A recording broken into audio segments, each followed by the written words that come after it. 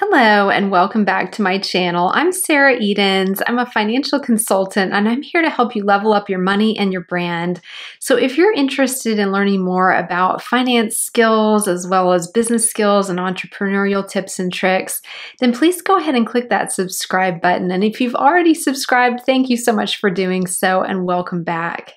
So I wanted to share something with you that I've been reading over the summer, and it's a really brilliant book by Francine Jay. It's called The Joy of Less, a Minimalist Living Guide, How to Declutter, Organize, and Simplify Your Life. And I'll link to this down in the description below. This is just an absolutely wonderful book, and you may wonder where this comes into finance. But one of the things that I always talk about here on my channel is there's several different ways that you can approach becoming financially independent, which I've got a series I've just started about that I'll link to in the description. You can make more money, you can spend less money, or you can do both. You can spend less money and make more money. And that ideally, if you're spending less and you're making more, and that will help you then grow your net worth over time. And so she has such a practical and realistic look at minimalism, which is basically the fundamental tenets of it are just kind of using what you need. If I had to boil it down, it's using what you need and no more, and getting your needs met but no more. And it's kind of a counterpoint to all this extravagant consumerism, extravagant luxury that we see all over social media and pop culture. And so obviously the minimalist movement is very popular in and of itself. And there's lots of different channels out there that can teach you how to have more of a minimalist approach to your life. But this was just such a wonderful book. I really wanted to share it with you. And so one of the things that I thought was really handy about this book is she really helps you think about, as you are looking at your possessions, as you're looking at your belongings, how to trim down what you have around your home, because our culture that we live in general really encourages us to buy, and keep consuming, keep bringing more and more things into our home and into our lives. And as Francine points out, well, if you buy the stuff, then you've got to take care of it, you've got to clean it or clean around it, you've got to insure it. You have to care for it then, and then when you're done with it, you have to figure out how to get rid of it responsibly and not just stick it in the trash. And so her main tenet in the book is not only, stop with the consumerism, but also not just for your wallet's health, but just kind of for your peace of mind. And then also be able to pare down what you have around your house. I would say probably most of us, if you're at least in a Western culture like I am, probably have way more stuff than we possibly know what to do with, and can definitely stand to go through everything.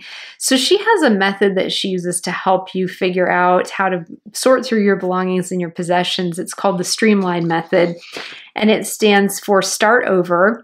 So she literally has you pull everything out of an entire room at a time. Now that might be a little overwhelming. And so if that's too much, then maybe just start with the contents of a drawer or the contents of a closet or the contents of a shelf in a room, as opposed to pulling absolutely everything out of your room and, putting it out where you can sort it. But if you're really motivated, she said that it's easier to pull everything out and then decide mindfully what to put back into that space than to just be making constant little decisions about everything while it's kind of still in the room. She said pulling stuff out of the room or the space it currently occupies can help change your perspective on it just enough that you can maybe bear to part with it. So that was kind of a cool concept. T in STREAMLINE stands for trash, treasure, transfer, or trade. So throw away the trash, hang on to those treasures and those heirlooms that you can't live without. And then transfer, if you want to donate, transfer your donations to your local charity shop. And then trade, if you have things that are valuable and you just don't use anymore, but you don't necessarily want to donate, you can sell them. And so that's kind of her theory there, is trash, treasure, transfer, or trade. R is reason for each item. So really being mindful of why it's in your home and make sure it's there for a good reason. Then E is for everything in its place. So kind of the same principle behind why you can probably always find your forks when you're looking for them, but you may not be able to find other things in your house if you're looking for them and need to just grab them quickly. We pretty much always put our forks and spoons and knives in the same drawer in the same place every single time, versus other stuff can get kind of scattered around the house. So having a place for everything. A is all surfaces clear. She's a big fan of keeping all horizontal surfaces completely clear. They're easier to clean, and that way knickknacks don't kind of accumulate.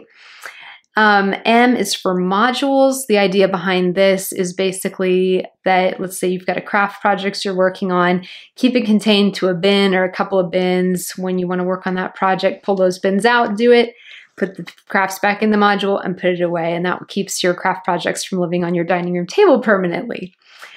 Then L is for limits, which is just to set limits on the number of anything that you own. Make sure you don't have tons of duplicates of everything. I is if one comes in, one goes out. So you're probably familiar with that, the one in, one out principle. N is for narrow it down, be able to really be ruthless with your decision making on deciding what you're going to keep and what you're going to get rid of. And then E is everyday maintenance. Kind of once you've decluttered your home, how do you keep it clean? Because a lot of us can do this, and I know I've done this myself in the past, where I do a big decluttering and I'm like, oh, my house feels so clean and spacious, and then stuff kind of creeps back in and things get out of place and it kind of turns into a mess. So keeping up with that everyday maintenance.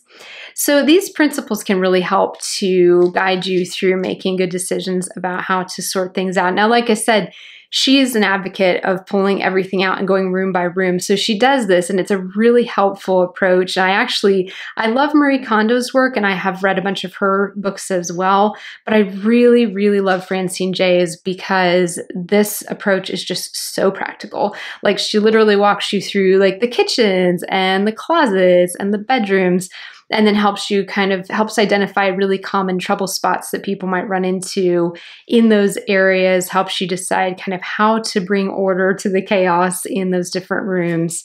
And it's just a really wonderful method. So I really love that about that. I just had such fun reading this over the summer. And then the final sections in the book deal with maintaining a minimalist lifestyle long term, and then also that joy and freedom that comes from owning less, because it's just, honestly, it can become such a burden to own too much stuff. It really can, even just the expense of having to insure things, like I said, having to clean them, having to keep up with them, having to just maintain and constantly have to be dealing with all your belongings can just be a real pain. So she's really good at helping you decide, like, what do you really need that will help you live your life and still make sure you've got everything you need, but what can you live without, and can help your spaces feel less cluttered, be easier on your wallet, because then you're not constantly buying and buying more stuff, because she's all about like being eco-friendly, and she has a whole section about that as well, about being a mindful consumer. And I think she has an interesting term for it. I want to say it's minsumer is what she calls it. Instead of a consumer, you're a minsumer, like a minimalist consumer. So lots and lots of really great stuff in this book. I don't want to give the whole entire thing away.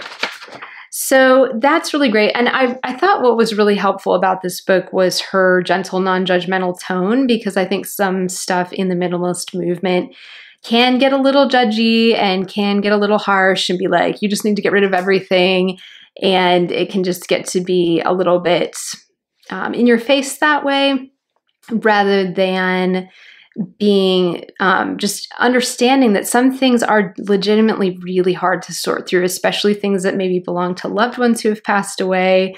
That's a really common, difficult decision for many people to have to deal with, is if you've inherited a lot of things from your loved ones, or you've been settling an estate from some of your loved ones, and you've got so many things from their estate that you just don't use, but you can't bear to part with. She has some really good insights into that situation. So I really, really love this book. Cannot recommend it enough if you're into minimalism and into looking to kind of streamline your belongings and streamline your approach towards consuming in the future as well, because it's just such a great way to put more money back in your wallet. Is just don't buy so much in the future as much as possible. It is like, I honestly think, along with figuring out how to make more money, one of the best things you can do is figure out how to spend less. And I'm not saying go and be like a miser or a hoarder or anything like that and never spend any money on anything.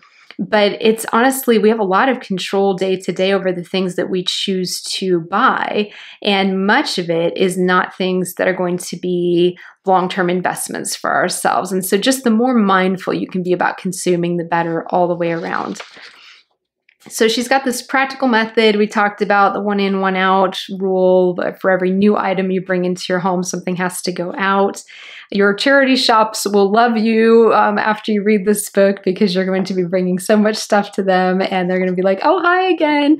You'll get on first name basis with your local charity shops. I know I'm on first name basis with the ladies over at mine.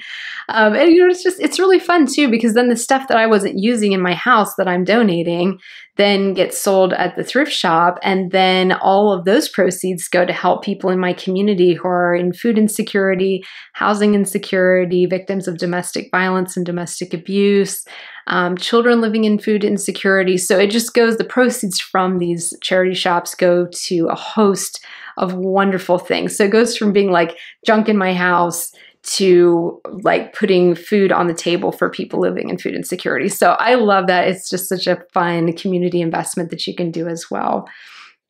So it's just an excellent starting point for anyone interested in minimalism and in this minimalist approach. Also, just if you have a lot of clutter in your house that you just are like, okay, this needs to go, but I don't know where to get started. I feel so overwhelmed. This will be really, really helpful.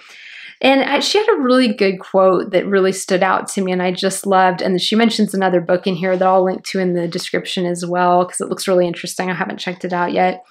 But this quote, and I'll close with this, she said, I used to feel discontent because my house had just one bathroom. And I have definitely had my fair share of apartments with just one bathroom.